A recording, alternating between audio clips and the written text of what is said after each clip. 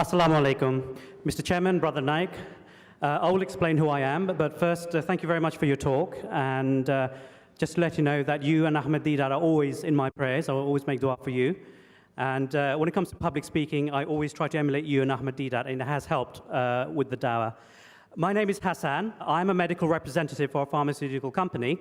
I'm also involved in the political process. I stood for Parliament last year, and InshaAllah, I plan to go further in my career. My question is relating to educating extremists, extremist youth.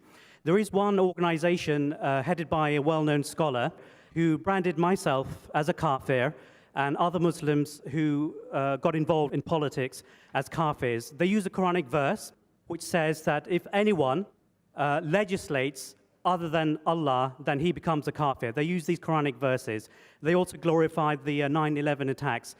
The question to you, Dr. Naik, is how do we educate these extremists who claim to follow the Qur'an and the Sunnah?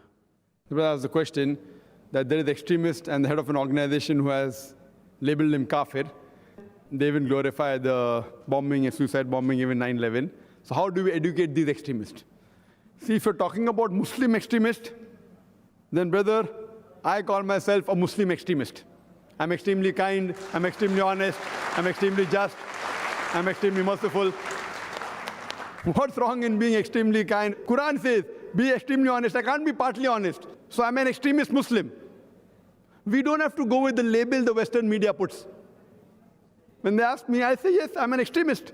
Extremely honest, extremely kind, extremely just, extremely merciful, extremely kind. What's wrong? And no Muslim can tell me that being extremely honest is wrong. The other people are partly honest, partly just. So what we have to do, that if you're an extremist Muslim, every Muslim should be an extremist. But extremist in the right direction, not in the wrong direction. We can't be extremely unjust, extremely dishonest. So if the media is telling that there are some Muslims who are extremists, I say every Muslim should be an extremist. Every Muslim should be a fundamentalist. If you're not a fundamentalist Muslim, then you're not a good Muslim. You're not a practicing Muslim. So what the media gives labels on us, we get apologetic. I'm not a fundamentalist, I'm not an extremist, so I'm an extremist. What you may be talking is about fanatics. The difference between a fanatic and an extremist. Now, I don't know who you're talking about, whether X, Y, Z. So my answer may be applicable to that person, may not be. But our beloved Prophet Muhammad ﷺ said that if any Muslim calls any other Muslim a Kaafir, then that comes back to him. That means he becomes a Kaafir. Who said? A beloved Prophet Muhammad ﷺ. So if you are a Muslim, and if someone calls you a Kaafir, the person calling you becomes a Kaafir according to the hadith of Muhammad ﷺ. Unless you have done an act of kufr, which he can really prove it, etc. Otherwise, the kufr comes back to him. Coming to the question that how can we educate those people who glorify these attacks, 9/11, London bombing, etc. Allah says in the Quran in Surah Ma'idah, chapter number 5, verse number 32, if anyone kills any other human being, unless it be for murder or for creating mischief in the land, if any person, Muslim or non-Muslim, kills any other human being, Muslim or non-Muslim, unless it be for murder or for creating mischief in the land, it is as though he has killed the whole of humanity. And if anyone saves any other human being, it is as though he has saved the whole of humanity. So killing any innocent human being is haram. It's prohibited. We know that in 9/11, in the bombing of the New York Twin Towers, more than 3,000 innocent people were killed. In London bombing, more than 50 people were killed last year. Just last month in Bombay, 11th of July, 2006, more than 200 people were killed. Killing innocent people is haram. Anyone having even little bit knowledge of Islam cannot condone. These acts should be condemned. It's haram in Islam. But there are many Muslims who have said this, especially in England and USA, I've heard, in front page. But why are you putting a full stop there? We also have to condemn the thousands of people who have been killed in Afghanistan, the thousands of people who have been killed in Iraq, the thousands of people who have killed in Bosnia, in Gujarat. Why do we stop there? When I asked a person in America, that why are you putting a full stop? But Zakir, the situation is such, we can't continue. What is the situation? Who are you afraid of? I live in Bombay, mashallah, a city and a country which we know that the life is in danger, but Allah, mashallah, that will protect me. Alhamdulillah. And why do you put a full stop where there's no full stop? Why? More people have been killed in Afghanistan than London bomb blast. More people have been killed in Iraq. Weapons of mass destruction. Did you find it? No. So why? So why are you keeping quiet? Who are you afraid of? Why? In the same breath, we have to condemn it. No, but the time is not right. What the time is not right? So we have to realize what is wrong has to be condemned. What happened in Gujarat has to be condemned. And if the people who are responsible for any evil act, if you catch that person and punish him, no problem. You can't catch an innocent person.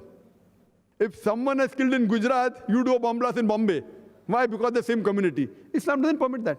Imagine those innocent people who have been killed in the bomb blast in Bombay or London or New York. Those innocent people, their relatives, they'll become permanent enemies of those people who have done this. Yet the British government has not found out who did the London bomb blast. Yet no one knows who did the Bombay bomb blast. I'm not telling you Muslims have done it. Anyone who has done it, whether Muslim or non-Muslim, has to be condemned. A true Muslim who believes and submits his will to Allah will never do that. If someone is caught with a Muslim name, he may be a pseudo-Muslim, may having a name Abdullah, Sultan, Zakir, Muhammad, that's a different question. If it happens to be, whether he is a Muslim or non-Muslim, he has to be condemned. If suppose, imagine, if suppose certain Muslims think it is right, the relatives of the thousands of innocent people who have been killed, they'll become permanent enemies of Islam. How can we condone it? It's haram. What wrong have they done? What wrong have the people who were traveling in the trains in Bombay have done? The people who were there in the marketplace or in the tube where the bomb blast took place in London, so what wrong did they do? If you really can catch the culprit and punish him, no problem, do it. If you can't do it, then don't kill innocent people. Islam does not agree with that. And I gave a talk, is terrorism a Muslim monopoly, in Birmingham, NEC?